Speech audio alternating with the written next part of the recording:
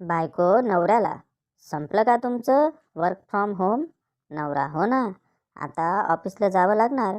बायको, बरं ऐका. नवरा, काय ग? बायको, ऑफिस सुटल्यावर उशीर होणार असेल तर खूप काम होतं असं कारण सांगू नका. तुम्ही किती आणि काय काम करता ते बघितलंय मी गेली 1.5 वर्ष.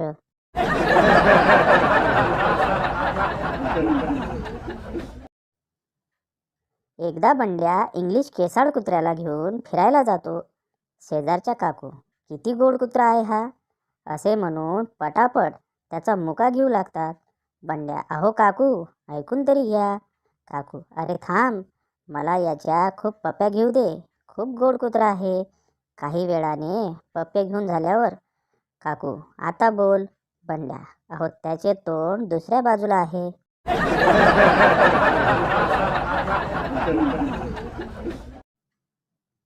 नेपाळी नौकर सकाळी सकाळी, ओ साहबजी, मोटर खराब हो गए.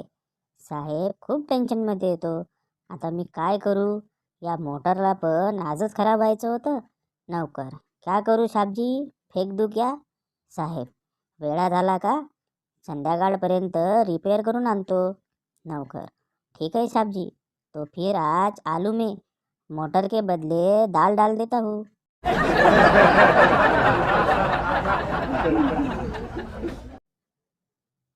बायको, अरे देवा, तुमच्या डोक्यातून तर रक्त येत आहे.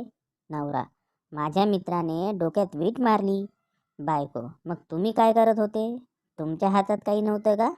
नवरा, होतं ना, माझ्या हातात त्याच्या बायकोचा हात होता. मग काय, बायकोने दुसरी वीट पण टाकली.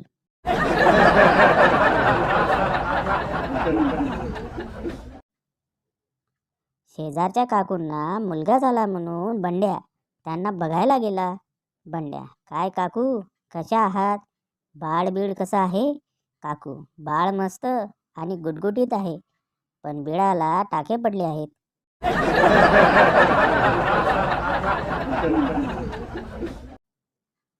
गुरुजी, बंड्या, आज डब्यात काय आणलं आहेस? बंड्या, गुरुजी, पुरणपोळी आणली आहे.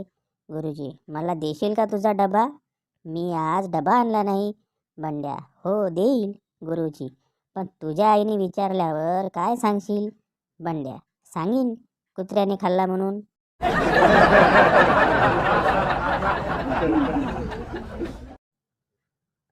पप्पू जेव्हा पण कपडे धुवायला काढायचा तेव्हा पाऊस यायचा. एक दिवस मस्त ऊन पडले. पप्पू आनंदित झाला आणि दुकानात कपडे धुण्याचा साबण घ्यायला गेला. तो जसा दुकानात गेला तसे जोरजोरात ढग गरजू लागले. पप्पू आकाशाकडे बघू लागला आणि बोलला, काय झालं? मी तर बिस्किट घ्यायला आलोय, आई शपथ.